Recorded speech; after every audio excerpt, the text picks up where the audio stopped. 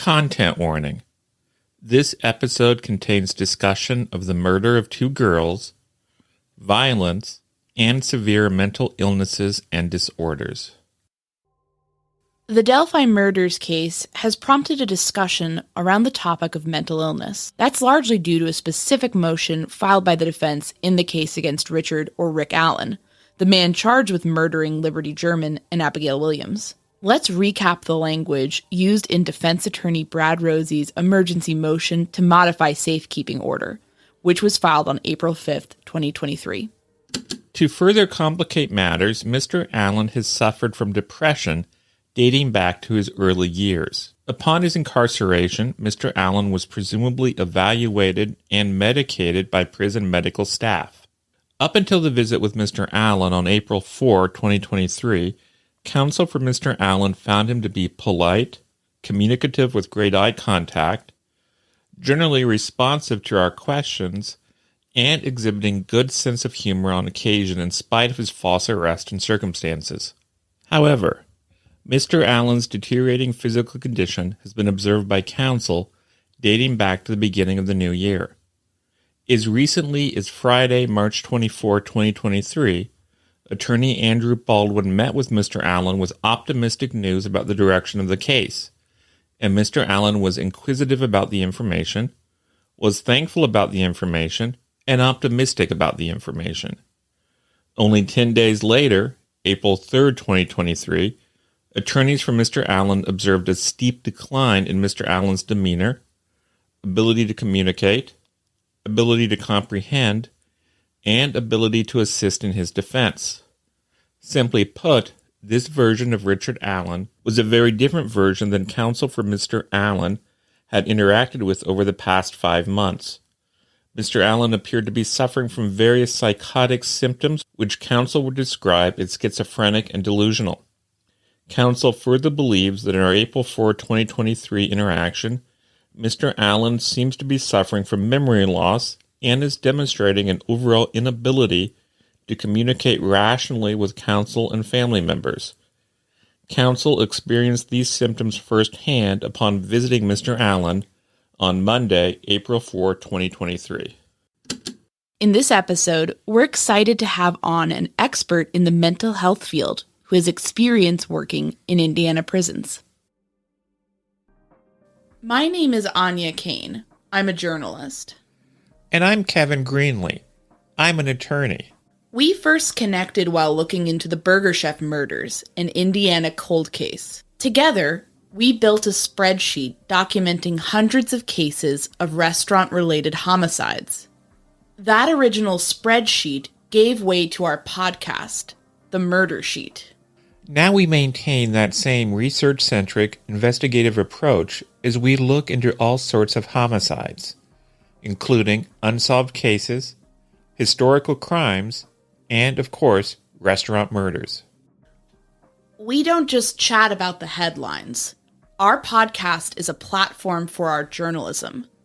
The Murder Sheet focuses on investigative reporting, thoughtful analysis, thorough research, and in-depth interviews.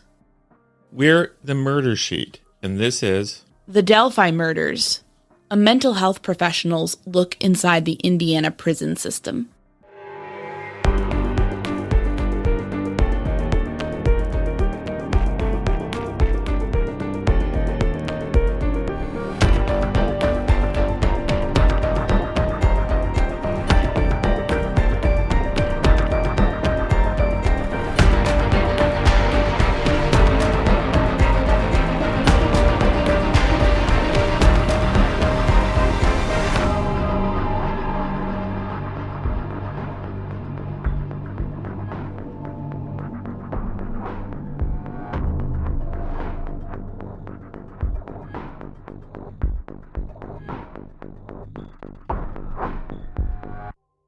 Today, our expert is a licensed clinical professional counselor who has worked in the field for about a decade.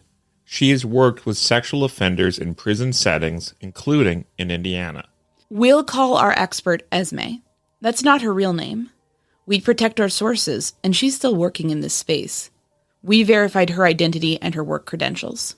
Before we get into our discussion, let's just go through a few important items. Like our previous guest on this subject, Sarah, Esme is a professional in the mental health field, so she's not going to try to diagnose any one person from afar. And we won't ask her to do that. None of us has a clear sense of Alan's mental health, other than what we've read in Rosie's filing. Other than that, we don't know much about his mental health history or any potential past diagnoses or lack thereof. We also want to stress that Alan is presumed innocent until proven guilty. He has not been convicted, nor has he pled guilty. He is currently awaiting trial. We do not presume to know the extent of the case against him, and therefore reserve judgment. But let's state the obvious. It's possible for an innocent man to undergo a mental health crisis in prison. It is also possible for a guilty man to do so. People can undergo temporary psychosis for a number of reasons, including physical trauma and medication side effects. People can also malinger and fake symptoms. Let's talk about possibilities, but let's avoid reading too much into his mental health. In addition, our guest Esme has some very interesting background working with incarcerated sex offenders. Obviously, sexual offenses play a major role in many cases we cover, so we started off by getting into a broader discussion about that. I guess maybe what would make sense if you could kind of just describe your own experience and level of expertise in this subject. Sure. I'm a licensed clinical professional counselor. I'm licensed in several states. I have about 10 years of experience working in different forensic settings, specifically with individuals who have committed sexual crimes. And what I would do is oversee the treatment in those facilities. And I've also administered treatment to individuals who have committed crimes of that nature. I've also worked with people who have been traumatized, especially children. And my background is forensic psychology. I think one thing that a lot of people who follow true crime would be interested in is oftentimes there's a lot of rhetoric around sexual offenders essentially being incorrigible. I guess if you could talk through what sort of treatment people receive like that while they're incarcerated or what can be done in those instances. Sure. So depending on the state, each states are different in terms of what sort of treatment that they might mandate to individuals who have either been convicted of a sexual crime. Sometimes these people they get out on probation. Sometimes they are incarcerated for their crime. It always kind of depends. And what usually happens is they have to take some sort of treatment while they're incarcerated. Sometimes it's mandatory. Other times it's not. I worked in a place where it was mandated by that state. The good thing about that is that people had to be in treatment before they left, before their sentences were completed.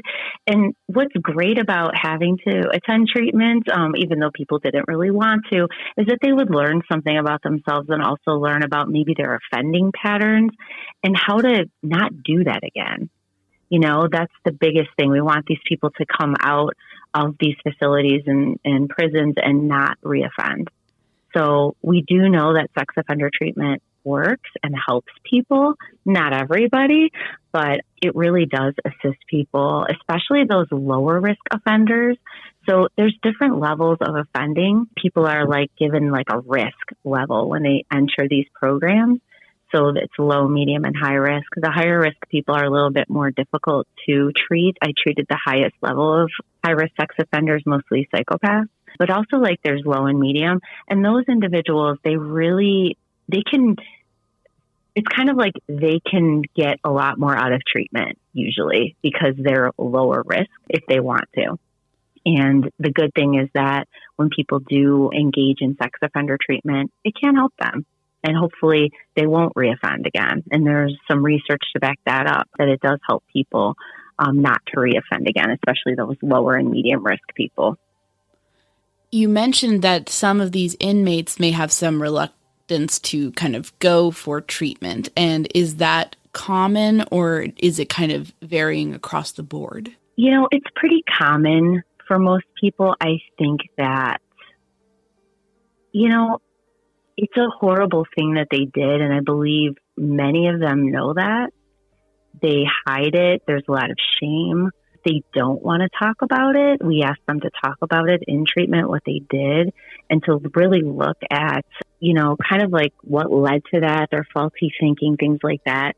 And it's really hard for a lot of people to do. So, and also many times they've denied their offenses, to loved ones, to themselves, to the court, so here we are saying you have to fess up to what you did. You have to talk about it. And that could be really hard for people to do. I think they're scared.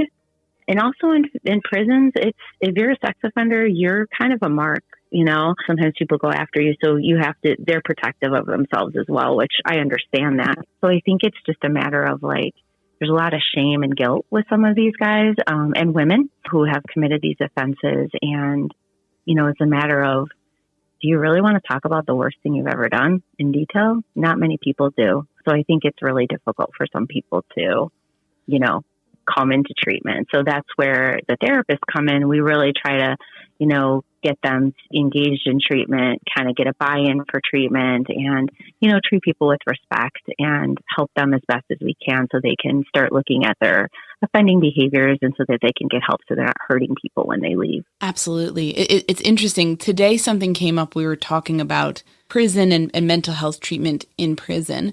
And I was like, I can't wait to speak with our expert today because I didn't know the answer to this. And it's just basically has to do with it's probably a really stupid question. Are there HIPAA considerations for someone who is in prison for a crime? How does the privacy level work? Is it different than obviously a civilian? Are there boundaries? How does that look like? That's an interesting question. It's a little tricky to answer. So it depends. With a sex offender treatment program that's in a prison, there's, everybody realizes that, there's HIPAA we're not going to just go telling everybody about you, things like that. That's always a confidentiality that exists. But they also know that if there's something disclosed that we might have to, maybe parole, if somebody's on parole and they leave, they're going to see those reports. They're going to see our notes. They're going to, probation might see that too. A judge may ask for those or something, So it kind of depends. Where you are, what's happening with your situation. Now, people that haven't been convicted of a crime, they're probably not going to be in a mandated treatment program, so that's going to be their own thing. But once you're inside of a prison or you're on probation or parole, which is usually the case, they're going to know what you've done in treatment. They get kind of these little assessments or just I don't know what the word would be. They just kind of get information about how you've been doing in treatment, basically. And also sometimes if somebody, talks through one of their crimes a little bit too much, they may not want anybody to know about it. So that kind of, people are afraid to talk about that too. But it's not like we would go and tell everybody what somebody said in group or treatment or something like that. That doesn't happen. But there is a level of they can see a report. They can see treatment notes sometimes. So it kind of depends. It's a very odd, it's very different when somebody's incarcerated, but there is a level of HIPAA that exists. It's very hard to explain. No, it makes sense though, that there would be certainly some protections, but that they would only go so far when you have things like parole to consider, things like possible other crimes or whatnot. So it actually does make sense. At the same time, you want to not unnecessarily invade people's privacy and also maintain trust as a therapist, I imagine. Correct. Yeah, that's perfect. That's exactly what it is. Right. So we do warn them of those limitations, of course, when they're signing up for group. And we do talk about that very, right away, just so that they understand what can happen or what we can talk about to other people. So it really does depend on what that person's what's happening with them in that moment in the facility they're in. Are they on parole? Are they on probation? Are they a sexual violent person in SVP? What's going on with them? They're going to, definitely be told what those limitations are of that HIPAA kind of, statement that we give them whenever they start treatment. I want to go to, we talked a bit about some of the low risk folks in the sex offender treatment program in prison. Moving over to maybe the more of the high risk people, you also mentioned the term psychopath. You know, I guess, you know, in this context, what is that sort of psychopathy? I don't know if I'm saying that right. I apologize. Yeah, you are saying it exactly right. Oh, okay. Stumbled into that one. What does that sort of look like? And is that still used as a technical term, or how can the public better understand, you know, what those types of offenders might sort of act like? Sure. Many of the higher risk offenders, those are people that have multiple sex offenses usually. Some diagnoses for them would maybe be like antisocial personality disorder. Many have like a narcissistic personality disorder kind of there as well. Many times, you know, in a prison setting, when somebody's in like a sex offender treatment program, there's going to be an assessment done, and it's very comprehensive. And many programs will include a psychopathy score, and that's like a certain testing instrument that's done to determine somebody's level of psychopathy. So being a psychopath, right? And psychopathy is definitely not something that's diagnosed. It's not in the DSM. It's not something that, you know, you could say this is diagnosis. It's just a test that's kind of done, like a checklist to determine somebody's higher level of like, kind of like how they function as an antisocial person. Is it worse than you think? You know, where do we fall in that? I've worked with people with very high psychopathy scores. These are people that, you know, struggle with thinking of others for sure. There's a whole lot of criteria about it, but it's definitely people that aren't thinking of others when they're harming them. There's really not that ability to like have that empathy. You know, you hear that all the time. It's true. There isn't a lot of empathy when you're talking to those people with these psychopathy scores that are higher. Very interesting people to work with, I must say.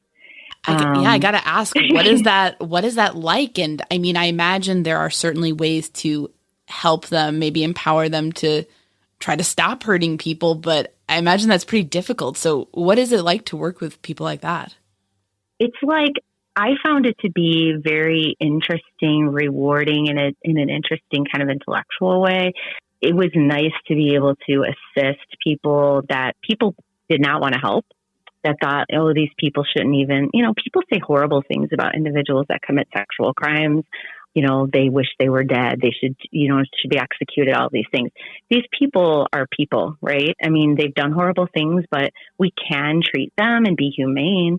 You know, it was very difficult to treat them for the things that you heard, maybe the way that they acted towards you. But it was good because, like, I worked with children for so long, and I was sick of seeing them being hurt sexually. So I was like, I need to, see if I could help the people that are hurting these kids, and that's why I went into this field because I knew that there needed to be more help in the prisons in terms of people that are committing these crimes. But people with high psychopathy scores, you know, their treatment takes a long time. I used to say it's like washing paint dry sometimes. That's how long it takes people to kind of get some of the concepts.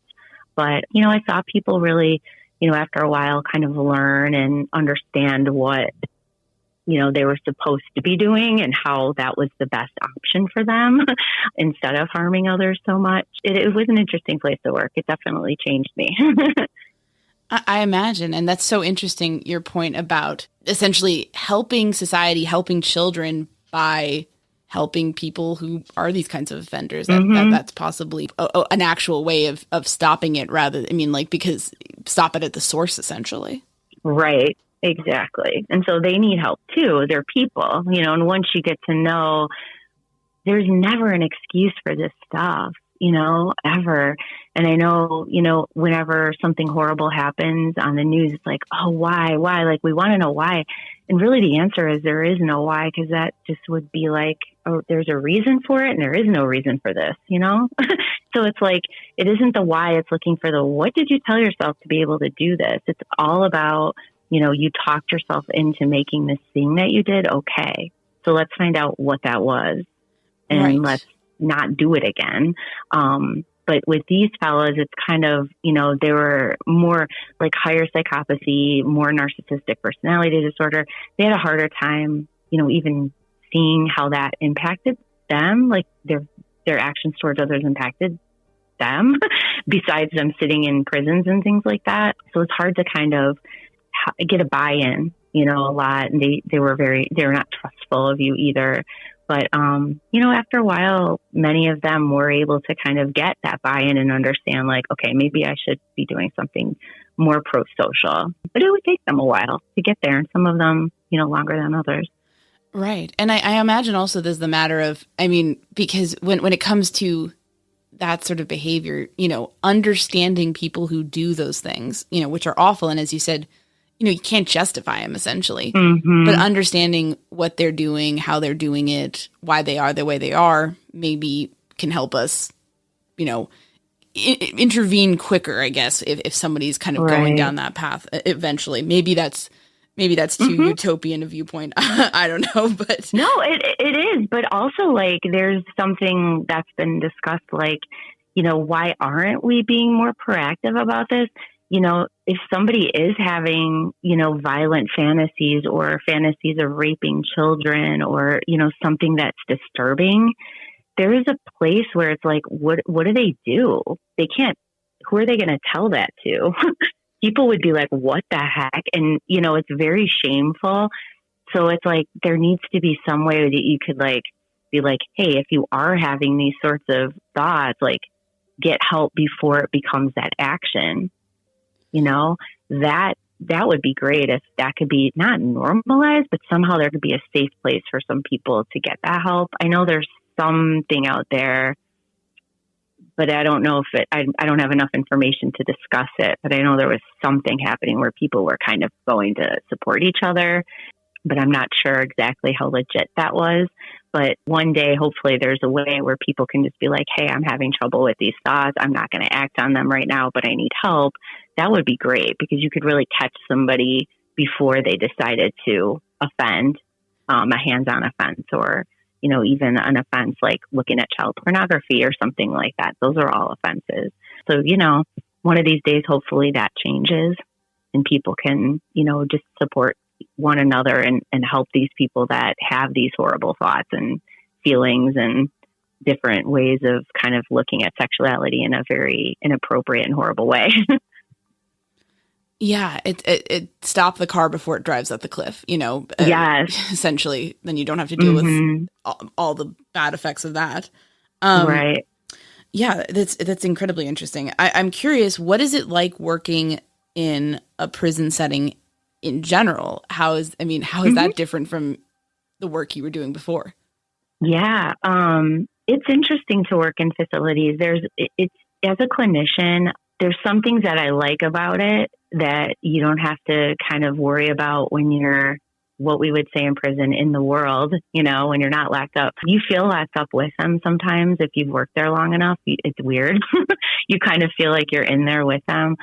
What's interesting is just knowing that you're locked in so much, like you can't just get out of a prison. Things are locked behind you. I don't know if you've ever been in one, but it's like, a door is locked, the door is locked, the door is locked, the door is locked. I don't have the ability to open it. I have to wait for an officer to do it. And, you might be like 4 deep or 5 doors deep somewhere.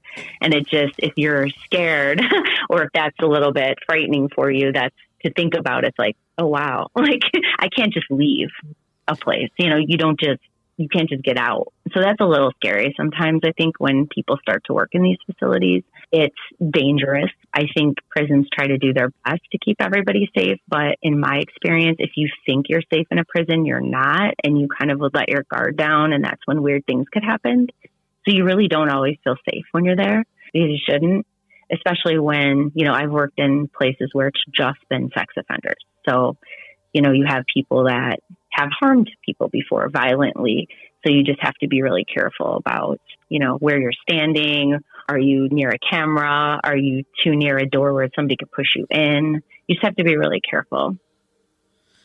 Yeah, absolutely. That's pretty chilling to the idea of being locked in yourself. It feels normal after a while. There's been circumstances where I felt like, it was almost like Silence of the Lambs when I'm walking in this area or something and you're just like, oh, this is just weird. It's just like, this is like the movie, but it's really happening right now. But it just becomes normal and you just have to always make sure you know where you're at. you're smart, you're wearing shoes you could run in. You just have to always know your surroundings and just always have your own back. Absolutely. When it comes to things like, one of the reasons we're talking about some of these prison condition issues is just because we're covering the Delphi murders, and there's been a man arrested in that, not convicted yet, but actually at Westville in Indiana. Mm-hmm. And in your experience, is that common for a person prior to conviction to be housed in, isolation in an actual prison? I have not heard of that. I was trying to think about this, and I don't remember that ever happening before. We've had people come back to the facility because they violated parole, but never anybody that wasn't actually convicted yet. So that's something I've never heard about where I've been, and I've been to many prisons. So I find that to be very interesting. I think it might be obviously for his safety. This is a high profile case. Obviously, they have to be very careful, but also they have to keep him safe. He wasn't convicted yet. We don't even know, he hasn't been proven guilty. We have to keep him safe because people are going to want to hurt him, I'm assuming, based on what they think they know about the crime or what he might have done. So they need to keep him safe. That's the only thing I can think of why they would send him there. Mm-hmm. Just for his own safety. But I'm not sure exactly if that's the case. That makes a lot of sense. And that's actually something we've heard from other inmates who previously were at Westville, and imagine that, the isolation is at least a way to keep other inmates from getting at him in that sense. Mm-hmm. And you also mentioned that sexual offenders are, have a bit of a target on their backs in prison settings. And one thing I've been curious about is I've always heard that offenders who went after children were targeted. But does that actually go for all sex offenders, even people who went after adults? And sort of what can that look like? Yeah, it's interesting. So definitely, here's what I've seen is that people view sex offenders as horrible, lowest of the low in any facility. So they have to be very careful. Many of them will actually be very quiet about their offense and try not to let people know what they've done. And this is any sex offense. So even rape of someone who's an adult, they try to keep that really quiet. What'll happen is that, within the prison setting, people will just use that as an excuse. Oh, well, that's a sex offender. And they'll just beat them up or something, or hurt them, or, extort them, whatever they're doing, because it gives them an excuse kind of thing. You're worse than everybody else. I'm going to pick on you. So I've seen that. There's been times where we've had to keep, we're always very careful about confidentiality, especially when it's a blended place where not everybody is a sex offender there. You have to be very careful because people can get targeted, and it's very, very important their cases don't get out, because they can get beat up, severely, maybe even killed, whatever. It's very scary for that person. But definitely within a sex offender treatment place where everybody's a sex offender, there becomes a hierarchy. So the rapists and murderers are kind of up there higher than the people that have harmed little kids. And then it goes down to even littler kids. That's the worst that you can do. And then people who have harmed individuals while they're dead or incapacitated, they're the worst too. And people don't like to talk about those things. A lot of people will hide that because they know that they're going to be looked at differently and maybe targeted even worse because of that. And so there's even a hierarchy within the sex offenders in a facility. It's really interesting. Yeah, it's almost bizarre to hear about, having never been in a prison setting, but it's kind of, that's sort of the dynamic that we've heard about from other prisoners who are not sex offenders themselves, who are, in there for other kind of crimes. But it's very interesting to sort of see that, the idea that plays out that way. Yeah, for sure. What can you tell us about your experience in specific working in Indiana prisons? I worked in several facilities there, different ones with different types of offenders, different ages, different genders. And I did that for a while. And I could say that the prisons out there were all different depending on which one you went to. And it was all sex offender treatment related. So I got to, really, it was interesting for me because I got to work with, kids. I got to work with women, men, different staff, different wardens. But really, when it comes down to it, they're all run very similar. It just depends on who's running it, which warden is there. But they all kind of have the similar protocols. So like, if you ask about mental health or things like that, it's very similar within each prison. So I'm assuming that wherever, the Delphi suspect was sent to, I'm not familiar with that one. I think that one's a newer facility, but I'm sure that, he's getting help there as well. Sounds like he was getting mental health help when he was at his other facility too. Yeah, that's one thing from the filing. I believe the attorneys indicated that he may have received some sort of medication for depression that preceded his incarceration, and may have been evaluated for that as he was processed into the prison in the first place. And I mean, do you know anything about how that process works? How when people are being sent into prison, the mental health professionals there assess them and kind of work out a plan to meet their needs? Yeah. So like whenever somebody comes into a prison, they're going in jail, they're going to be assessed by a clinician just to kind of see if that person's okay. Sometimes people are getting incarcerated and they're really getting incarcerated because they are mentally ill, especially in jails, because maybe they're acting up and they're just, nobody has anywhere to put them and they're putting them in jail. In the prisons, they're always going to do a workup, kind of see what they're, what that person's needing, if they have a history of mental health, if they've been on medications, how they are feeling at that moment, doing a suicide risk assessment and any other risk assessment that might happen. And then they're going to basically understand like, okay, is this a person that needs a lot of treatment or support? Is this somebody that seems totally fine? And they kind of know that, and it's charted, and that also helps them determine like where somebody might go usually, like in the facilities. So there might be, an infirmary they might have to live in for a while, or a mental health ward. It just kind of depends on what that workup is suggesting. But they definitely have, therapists that see people. If somebody isn't in an acute situation, usually how it works is that an offender can go ahead and I guess it would be like a request for an appointment.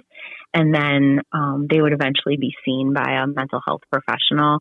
But I know that there's mental health professionals there. They're great. I've worked with a lot of them, but there's not a lot of availability, so they can't, it's not like they're seeing these people a lot or something. You can't just be like, oh, I need to see somebody this week and they're going to see you. It's going to take a little bit longer.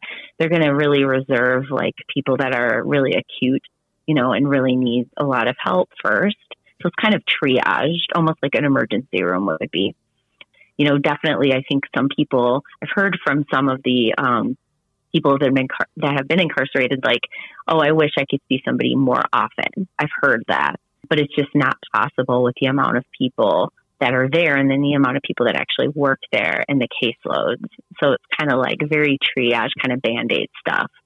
And then they have an area where they put people that are very severe or on a mental health watch. There's different kind of places to put people that are more severe, and then they're getting more treatment because they need it. They're not okay. They're trying to make sure that they're safe, they're taking meds, they're not harming themselves or others.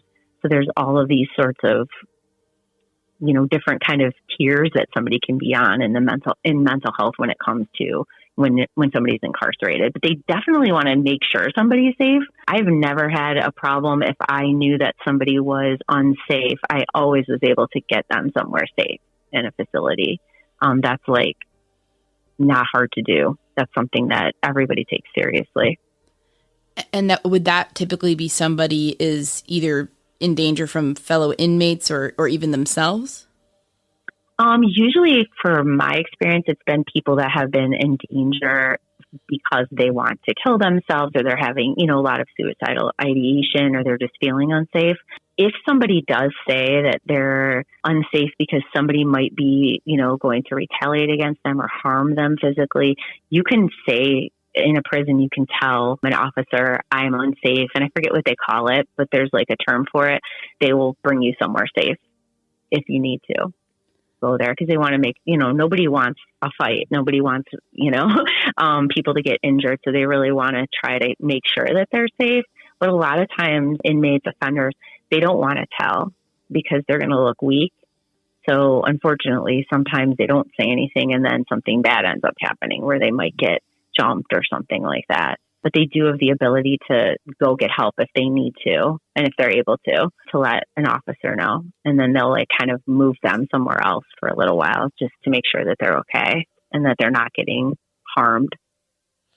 We hear a lot about people in prison being put into solitary confinement for one reason or another. What kind of effect does that sort of isolation have on a person's mental health? It definitely has an impact on somebody's mental health. Depending on the person, I think everybody has different levels of resiliency. I've seen some guys be fine in solitary, actually liked it oddly and were okay for a while. Usually if somebody's in solitary, somebody's always checking in on you. I know at one of the facilities where I worked, we had to check on them it was 4 times a day. A clinician had to go check and make sure they were okay. They weren't having any psychotic breaks or becoming suicidal or, unsafe. And you had to keep checking to make sure, did they need this level of support? So every day you're checking, do they still need to be on this high level of security or can we take them off? Are they going to be okay? And that's taken very seriously. That's part of the jobs of clinicians. We just have to make sure they're okay and safe and they're not going to harm themselves. And if they are in a situation where they are unsafe, we're always checking to, back just to see, because anybody's mental health status can change by the hour. You never know. Somebody could seem okay and the next thing you know, they're not. So we're definitely, and I know most facilities do this that I'm aware of, but we're always checking on somebody if they're in a situation where they're in solitary. Solitary has an impact on people. I know in Illinois, they used to have a supermax. That's gone because they just thought it seemed cruel and unusual. I've worked with some people that have been in solitary for years and they are not okay.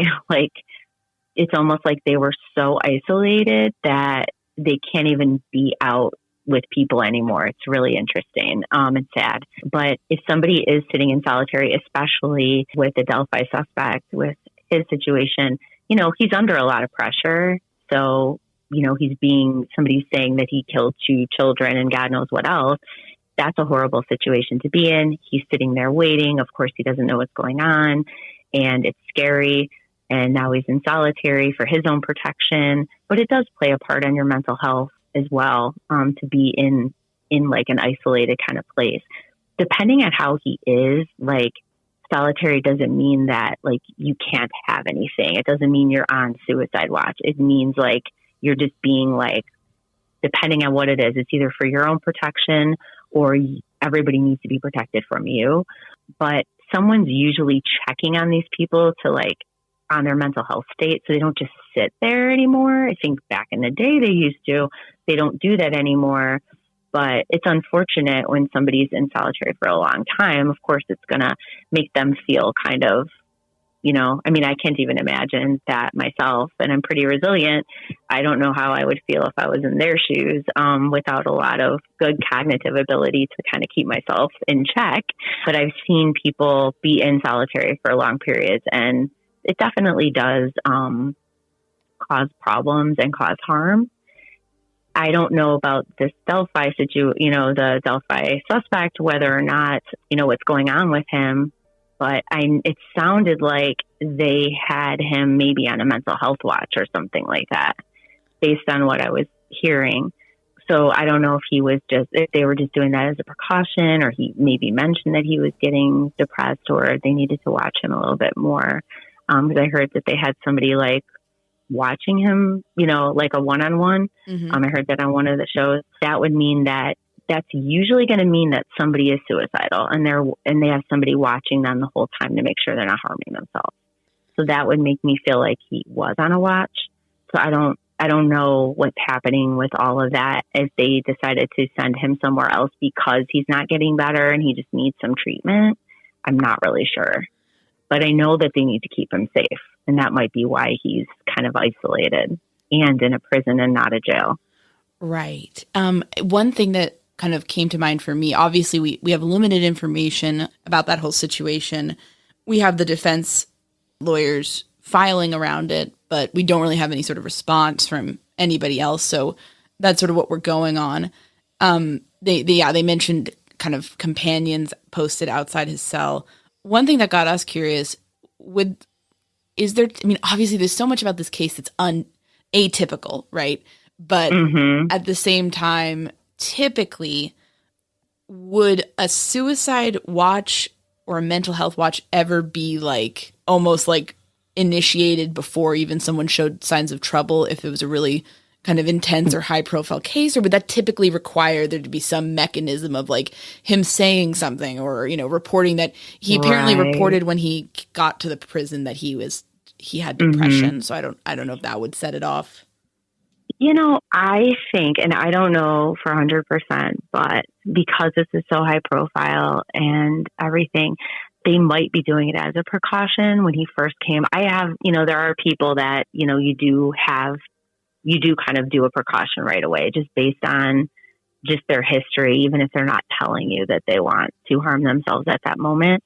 It's just always up to the clinicians that do the evaluations to find out what that person might need at the time. So they could have done that just as a precaution. There's been times where I've put somebody on watch because I've worked with them long enough to know they just got this really bad news, and we knew that if they were left alone, something can happen, and they're very unpredictable. So that, you just want to put them on kind of a watch just to make sure that they're okay. So that can happen too as a precaution. Absolutely. And one element of the filing that the defense put forward was that they described, obviously they're not clinicians, they're attorneys, but they basically described symptoms that they categorized as psychotic, schizophrenic, and delusional. And as someone who worked in that kind of space, what do you make of those, what they're saying, I guess? Yeah, I'm not sure. I mean, what I would think, I did see the picture that they had, that his attorney had posted, which was interesting. And he looks like he lost weight. You're not eating very well when you're in a situation like that. So he could have lost weight just because he's not snacking. Honestly, there's not a lot of good food there. A lot of people that are incarcerated have really poor, food choice there. And there's also commissary where everybody's going to eat a lot of snacks because, what else is there to do but eat some snacks sometimes, because you feel like, hey, I'm in a prison. I have nothing going on. I need to feel better. I want some snacks. So you can go to commissary and get some snacks. So he does look like he lost weight, which is kind of scary. But at the same time, you're not eating really a lot when you're incarcerated, especially he's probably getting, you get enough meals, but it doesn't taste great. It's not what you're used to. So I think that's part of it. Now, when the attorney mentioned those clinical terms of maybe delusional, schizophrenic, things like that, I would need more information in terms of what they're talking about. It was their diagnosis. The clinicians that are seeing him would have some sort of working diagnosis, probably, if there is one. If they're treating him with anything, that would already be somewhere in their records. They're not just going to give somebody meds without something, some reason for it. But maybe, if he's saying schizophrenic, a lot of people think of that as, somebody that's having bizarre, ideation, somebody saying, confused about things, maybe their sense of reality is not happening anymore. That could be part of it. I've seen people have a delusional disorder and seemingly seem totally fine until you start talking to them. And then you're like, oh my gosh, this person is not okay right now. This is interesting, but they are able to work and they're able to, somewhat be, responsible every day, but they're really not making sense, So sometimes that happens. But he can be, he's in a bad situation. His life is not going really well right now. Maybe he's not sleeping well. That could be part of what's happening with him too. But I would need more information from like what the attorney is really, I guess, what symptoms that they think are schizophrenic. I don't know, but I would assume that maybe he's just not making sense. Maybe he's just kind of, saying things that aren't seemingly, I don't know, sensical anymore. And he's scared about that. Or maybe they're just saying that, or maybe he's, faking it. There's always that. He could be malingering to get specific things like transferred. You never know. Yeah. And that kind of brings us to an interesting point. Before we go into, I want to dive into the subject of malingering and what you can see with that. But it sort of sounds like from our discussions with past experts, psychosis is a symptom of schizophrenia and also other things. But psychosis can be temporary, where schizophrenia is a condition that people have. Is that fair to say? Right. Yes. Yes, exactly. So in the right circumstances, I could become psychotic if I, had head trauma, perhaps bad reaction to medication. Drugs, certain drugs can mimic that, so you're always, as clinicians, before we diagnose, we're always going to look at those things. Is this, better explained with a medical condition? Is there a tumor in their brain? You never know. It could change you like that. So we always want to look at any medical conditions, any drugs that somebody might be taking, just to see if that's what's causing this, especially if it's out of nowhere. I mean, you can get drugs in prison. It's there. You have to know people. I highly doubt that he was able to get anything though, because he's probably being very watched all the time. But he can also just be having a hard time and maybe had some sort of predisposition. And now it's just, he's suffering this way. It happens. I've seen it myself where somebody's gotten worse because they've been incarcerated. Just, you're under a lot of stress. Obviously he is, so that could come up where all of a sudden he's got some delusions going on. Yes, and certainly regardless of whether or not he's actually guilty of the crime here, he's going from an environment where he's essentially like a small town retail manager to, a very notorious Indiana prison. That is a pretty huge shift. Yes, exactly. So he's under a lot of pressure and stress. And, obviously if something like that happens, like his life it's just essentially like you feel like your life is over and it's scary and, everything's gone that you had. And now you're sitting in this cell being watched by people and you're scared or whatever's happening. And yes, if he already had some depression, maybe this could have exacerbated that. And now this is happening and it's coming out this way. That's absolutely possible. Absolutely. And so we've talked about the kind of possibilities around Richard Allen as described in the filing, sort of sincerely having some of these mental health issues. And, given that neither of us can visit him or, you can't diagnose him from afar, given all of those caveats, we want to jump into the possibility of like what happens when prisoners in this setting malinger in order to get something or have some sort of goal. And what, in your experience, can that look like? And is it common? I've seen it in my time because I've worked with people that were just really, they were, very high psychopathy, very good at that kind of stuff. When you have somebody that's in a situation like this, where that could get you something, if you act this way or have this diagnosis, then, the clinician's usually going to be like, are they faking it? So somebody with like, antisocial personality disorder, you're going to always wonder if this is true. So I don't know what his diagnoses are, but when you have somebody that's, has a personality disorder like antisocial, that's when you have to go, that's one of the things that clinicians will take into consideration if somebody's all of a sudden having this like psychotic episode or something that seems odd out of nowhere. And it's usually to get something. So like in prison settings, you think about malingering because it's like, wait, is this person malingering because they want to go to the hospital, and get out of the prison for a while? Are they malingering because they want this special thing? Are they malingering because they want to get transferred somewhere else? Like, what is it? So we just kind of know, especially in a prison setting, you kind of always think that because it's part of the population sometimes, depending on that person that you're evaluating. But it's something that we just have to know, especially in that setting. If you can get personal gain or something out of it by having this kind of, sudden episode or illness, then clinicians just automatically say, and we just think about it. And there's something we do that there's like a way that you can kind of lingering that I'd not like to go. I don't want to talk about it here because I don't want people to hear what that is, but there's a series of questions you can ask to kind of figure that out. And sometimes it takes a while to figure out, but you can usually tell. One thing that you mentioned and touched upon is just that a lot of people outside of prisons tend to have, pretty strong views about some of the stuff, especially really serious crimes around sexual offenses, crimes against children. And, I think that's understandable because these are horrible crimes. I guess what can you say about, why it is still important for inmates in those situations to sort of receive mental health services? It's important because treatment actually helps. It can help them not hurt anybody else, and they can get better. There's people that will, they'll have one offense and they will never do it again. And that's, it's horrible that happened, but they can get treatment. Like they can get better and won't reoffend.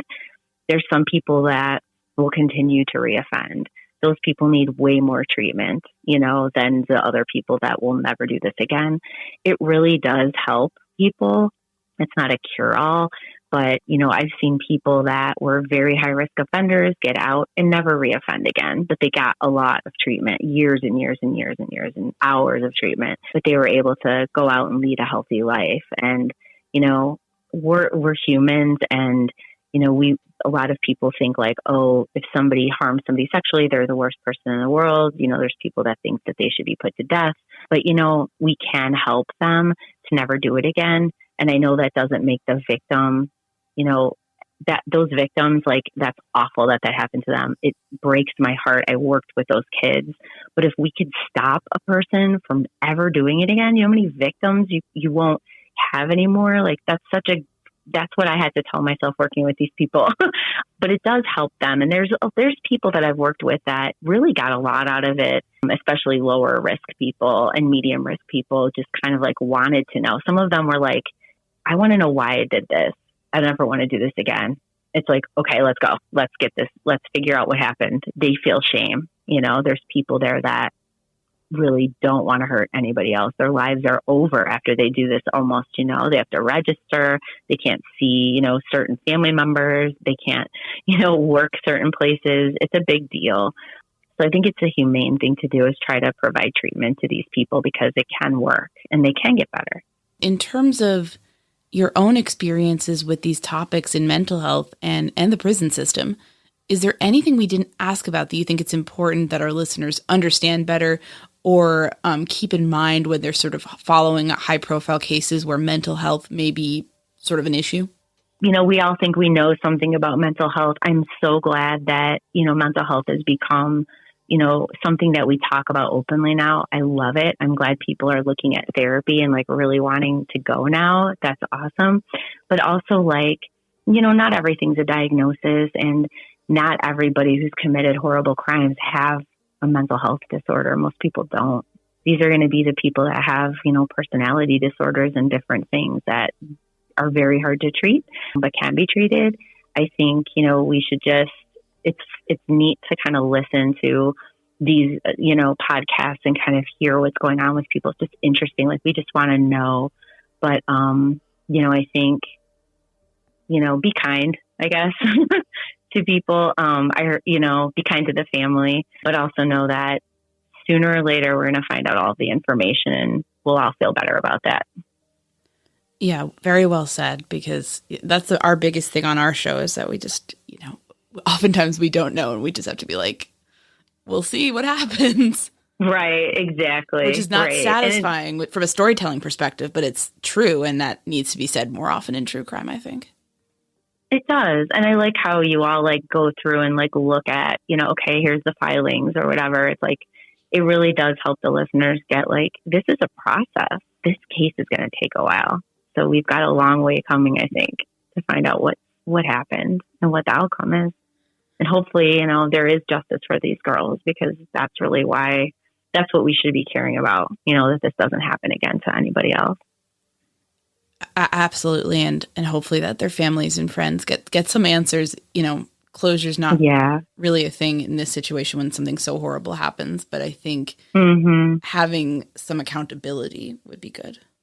Yes. And hopefully, they have the right person, and this will, everyone will know what happened at the end. And there'll be some closure.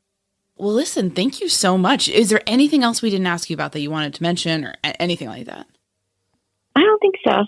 We're really excited about this. I think this will be a really helpful episode. And I feel like people in our audience have been like really receptive. I mean, with these topics, because I think they're like, people may not know all of this, like having never worked it necessarily or studied psychology or anything like that. But I think people are open to it. People seem really open to these kind of discussions about like mental health and, how things are in prison. Yeah, that's awesome. Yeah, I'm glad I could help. Thank you so much for having me. I appreciate it. And I love your show. Oh, thank you. Thank you so much. We really appreciate that. Thanks so much to Esme for sharing her experiences with us. We really appreciate her. Thanks so much for listening to The Murder Sheet. If you have a tip concerning one of the cases we cover, please email us at murdersheet@gmail.com.